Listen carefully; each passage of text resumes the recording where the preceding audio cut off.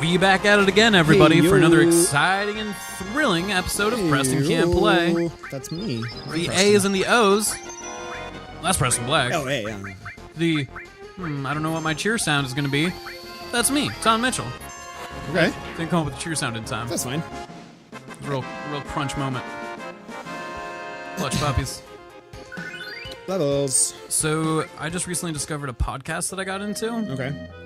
Marking my second podcast I've bothered with. Nice. It's called, I discovered it because I don't even remember how I started following this person on Twitter. I think it was like an art day on Twitter where people were sharing or retweeting a bunch of other artists. I like to shit. I've been following him for a few months.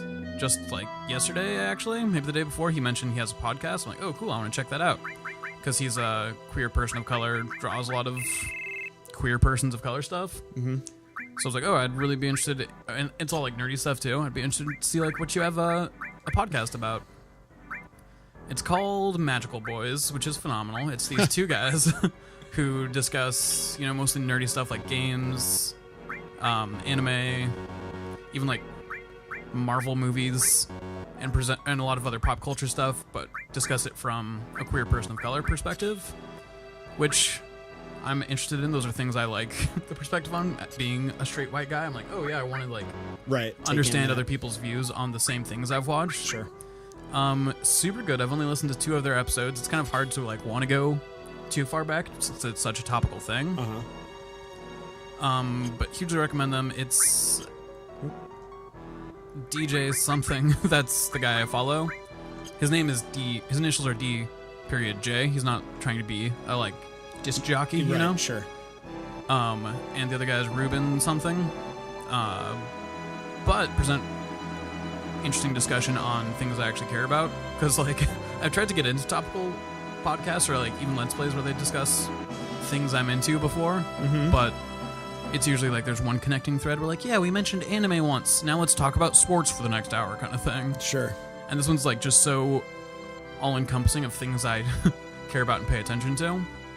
Like, I think there's only been, like, one segment where they talked about PUBG for too long that I kind of tuned out. Okay. Hugely recommend it. Again, I'm not that deep in, but you can find them online at Magical Boys, and also they used to be the Joystick Jockeys, which, like, I feel like if I discovered them when that was still their name, I would have been like, eh. Oh, like, just because that's not, like, a great name? Yeah, I would have been less into it. I'd be like, oh, okay, cool, it's a queer perspective, but still very bro-y sounding with that name. Sure. But it was pretty dope. They were discussing Overwatch, which I'm kind of vaguely considering getting into. One of the characters, Mercy, who's like a healer type character, has a new costume that just came out that is a fundraiser for breast cancer awareness. Oh, okay. And it's a magical girl costume, which is phenomenal. They were discussing that for a while. And also, they went deep on Infinity War. And since I've watched it and like know a lot of the references, I was like, oh my god, this is awesome. I've been like wanting to hear people discuss this. I've read so many articles about Infinity War post watching it just because I'm like, I want to hear other people's opinions. So this was really nice having 2 people like really get into what they were into about it. It's a pretty good movie. Yeah. Do you keep up with Marvel at all? No, not at all. It's too much for me.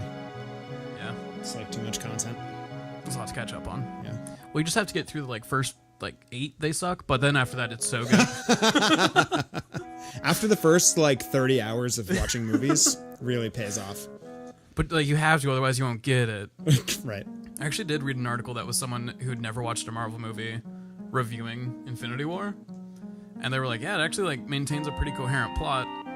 I hadn't realized that in this 2-hour 40-minute movie they never say the names of certain like pretty important characters, like pretty central characters. Like they never call Captain America Steve Rogers by anything but Captain. Oh. And apparently Black Widow's name never gets said. Wow. And like for people who have seen the movie, those 2 characters don't have a huge amount of screen time compared to others. But like still, those are pretty central characters to your whole Avengers plotline. Yeah. Yeah, like Black Widow's been there since like day 1 practically. Yeah. It's a bummer seeing her as like background. such an underdeveloped character. Yeah. Yeah, that sucks. She's never gotten a lot of time, and it continues into this movie where she has like a couple of lines here and there, but is never like central. Yeah, that's too bad. gotten... It didn't take much, but they've gotten better at including female characters and, like, presenting them as badasses. Instead of just like, look, she's hot and kicks ass. That's good. Like, a lot of But people no are, lines. a lot of people are a big fan of Shuri, who was in Black Panther, which I hugely recommend, by the way. It's not one you need to, like, really know what's going on. Okay. Yeah, like this, the like standalone ones are easier, I feel like. Yeah. That one's especially good just because it's got, you know, really good representation of persons of color and presents a narrative. We figured out how to cure sadness. You just gotta get all hyped up. I live my life hyped. That's why I'm doing all right. Just kidding. Some days I have less all right days. Oh, I'm sorry. I actually was just listening recently to our Jet Moto playthrough. Uh-huh. And there's... I forget why it came up. It might have been like during an introduction, but I told everyone that it's okay if you feel like a underinflated balloon. Like, some days you just feel like an underinflated balloon, other days you're a fully inflated balloon. Both are fine. It's okay to have semi-inflated balloon days. I feel that. Yeah. That really speaks to me. Those are wise words. It's like a semi-inflated balloon, like it'll probably still float, but it'll like slowly rise up to the ceiling, and then once it gets up there, it can like bounce itself, and you can like wibble and wobble for a minute before it settles. Yeah. And then once it settles, it's just like dead still, you know? Like, it just becomes a fixture of the room at that point. Right. A well-inflated balloon, like that'll just pop up to the ceiling, bounce off, go halfway back down to the floor, just like bop, bop, bop, bop, bop for a second. And even once it's up there, like the slightest breeze will have it like wobble, so it's just like looking over there. I'm like, hey, what's up? What's going on? What's everybody doing? I feel like there are days where I am both of those balloons.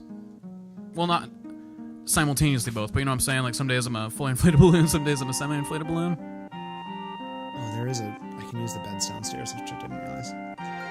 I was talking about podcasts.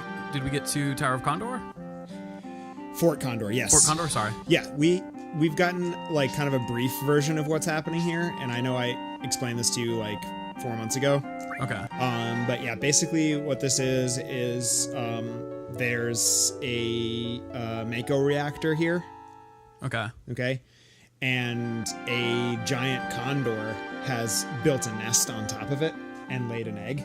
That is beautiful. And Shinra is trying to get rid of it and destroy the egg. Okay. And these people have set up a fort here to defend the reactor and the nest to preserve the condor. Okay. From Shinra. So they have this like ongoing battle where Shinra will like send soldiers to try and like vacate the area. Okay. And are those just railroads that are being used as ladders? I think they're like rope ladders. Oh, okay. I see that now. They do kind of look like railroads. I was like, do they realize that's not really how railroads work? I did buy... Oh, I need to use those things. Oh, I already did, I guess. I don't know. Or maybe just resting did it. Anyway, I have hypers now, so I do hypers. Hyper. So I can... Become a fully inflated balloon? Yeah, how do I go up these stairs? There we go. That's a good question. Alright, so these are like... Basically like side quests. Mario cosplayers? Yeah. Oh, that's just his flesh. It's very red. That's like cherry red. Yeah. He's just basically giving us like a lesson on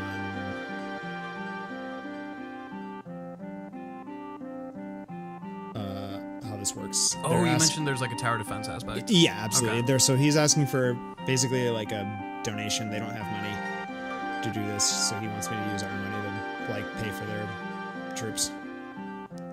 I'm not gonna fund your war. I know all this stuff.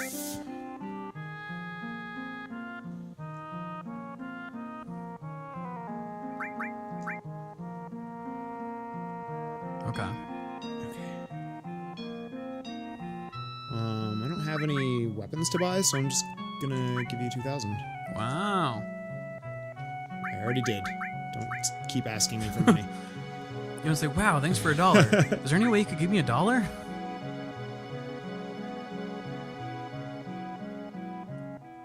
Oh, do you want more money, bro? Oh, I need to give them more money. Oh, really? Wow.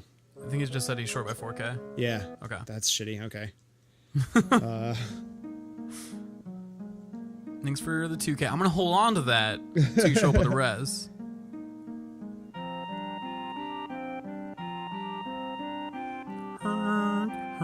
It says that I don't have to give them money. Oh. There we go. What's up? Oh, okay. It's a pretty cool shot. Condor, yeah. Yeah, He's so, taking a big old nap. yeah, he's true. Oh, that was. Do you want to figure it out on the next enthralling installment? I sure do. Of Preston Can't Play. Yay! Preston Can't Play. Continue.